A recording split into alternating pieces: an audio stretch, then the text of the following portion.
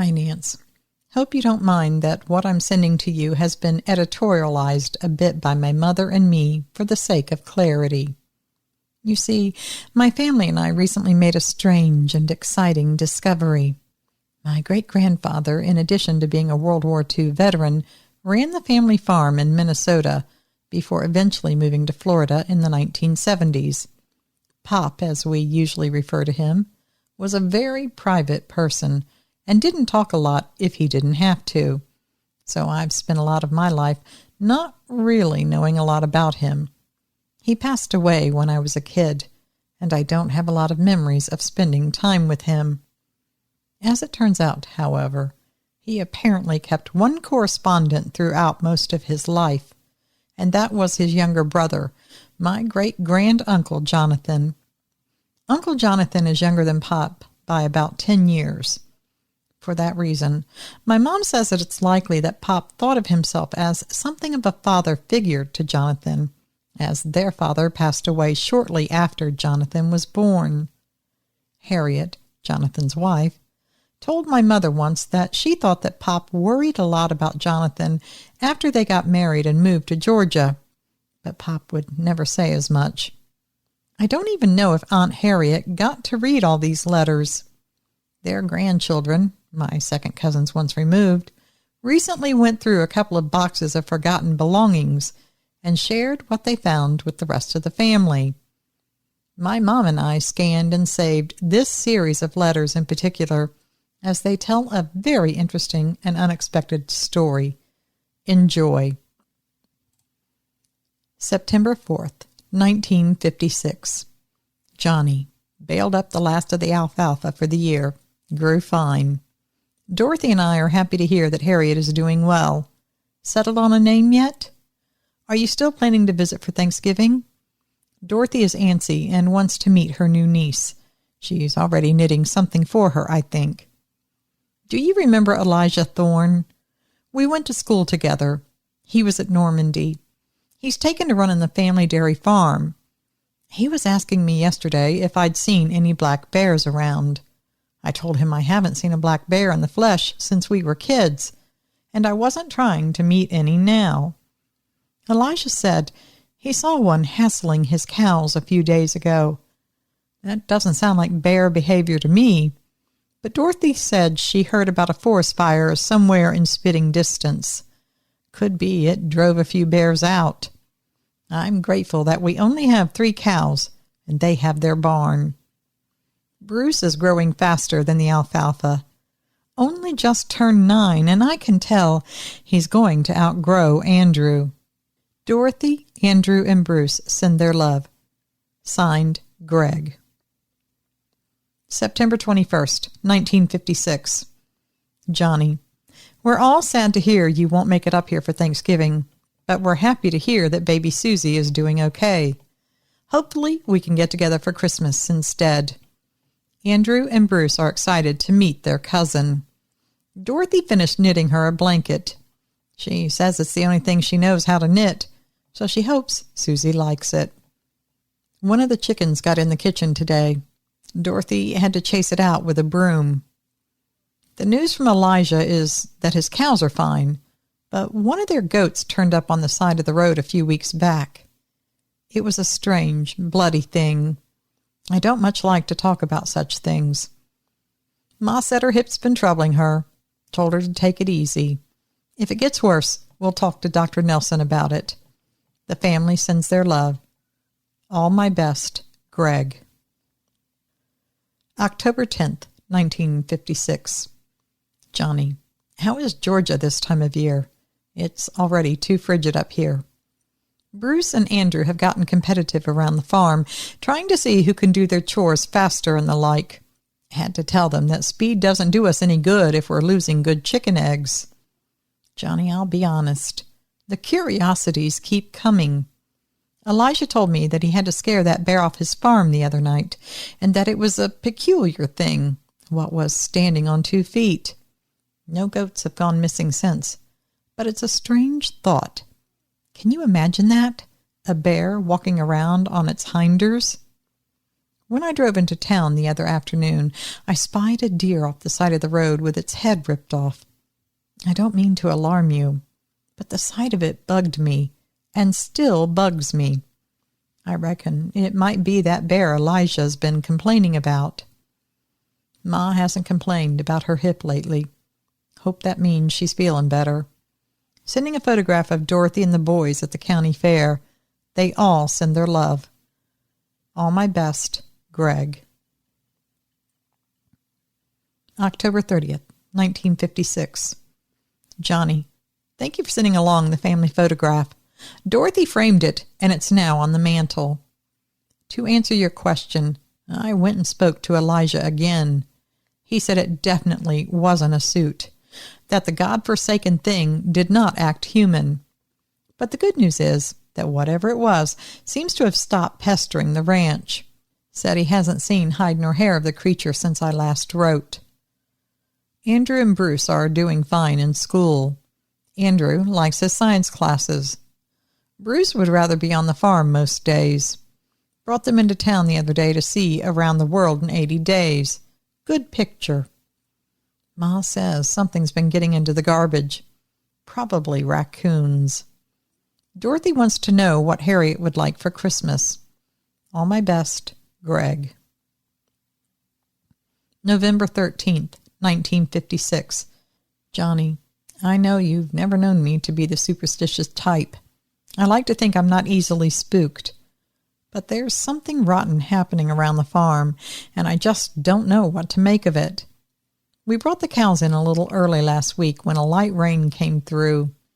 A couple hours later, Andrew said he heard them mooing and heard their bells ringing. It sounded urgent, like they were fussy. Both the boys and I went to the barn to see what had them in a tizzy. When we got there, they had already quieted down. We didn't see anything, but one of the windows was open. We figured something got in and spooked them. We blocked off the window and went to bed. Didn't hear a peep from them for the rest of the night. When we let them out the next morning, I had a careful look around the barn, making sure there weren't any rats' nests or the like. Around the outside, I noticed some footprints in the mud. Johnny, those footprints were the dang near size of my forearm. They didn't look like an animal footprint either. They were quite human-like. I could see the marks made by the individual toes. Now, sense tells me that some local mischiefs are playing me for a sucker. That footprint was awful big, though. Dorothy's calling for me. Must run. All my best, Greg. November 29th, 1956. Johnny, enclosed is a new family photograph from Thanksgiving dinner. I appreciate your concern. I wish I had more to tell you, but not much has happened since that night. The cows are fine most nights. I keep checking the barn for more footprints or signs of other animals taking up residence. I asked around, and no one's reported anyone burgling or tipping cows in our neck of the woods, not in quite a while. Thanksgiving was nice. Ma said she's going to Dr. Nelson for her hip. Sorry I forgot to say in my last letter that Dorothy would like a new comb if you can find a nice one, and the boys like playing baseball these days. Dorothy and I plan on getting them a new bat. If you and Harriet want to, get them a glove. Everyone sends their love. All my best, Greg. December 2nd, 1956. Johnny, I just couldn't wait for a response. I needed to write this down and to send it to you straight away. I woke up some time past midnight this morning because I could hear the cows lowing and fussing again. I grabbed the shotgun just in case. I snuck up to the barn as quiet as I could. I had to bring the lantern with me. It probably gave me away, but my aim is no good in the dark. Threw open the doors real fast. Johnny, I couldn't believe my eyes. It was tall as all get out, taller than me by a couple feet at least. It had jumped into one of the stalls and was standing over Clementine. It turned around to look at me when I came in. It was covered in hair. I thought it was a bear, but it was standing upright like a person. I trained my shotgun on it and started yelling at it to get out. It was huffing and puffing. I could see its breath in the cold air. I kept yelling, and I could see its beady little eyes giving me a good long look over. It looked like an ape, like King Kong. It could have been as tall as him, too. I was scared as heck, but I couldn't let this thing hurt Clementine. I was yelling that I would shoot, that it should get away from my cow. But I could tell it didn't understand me.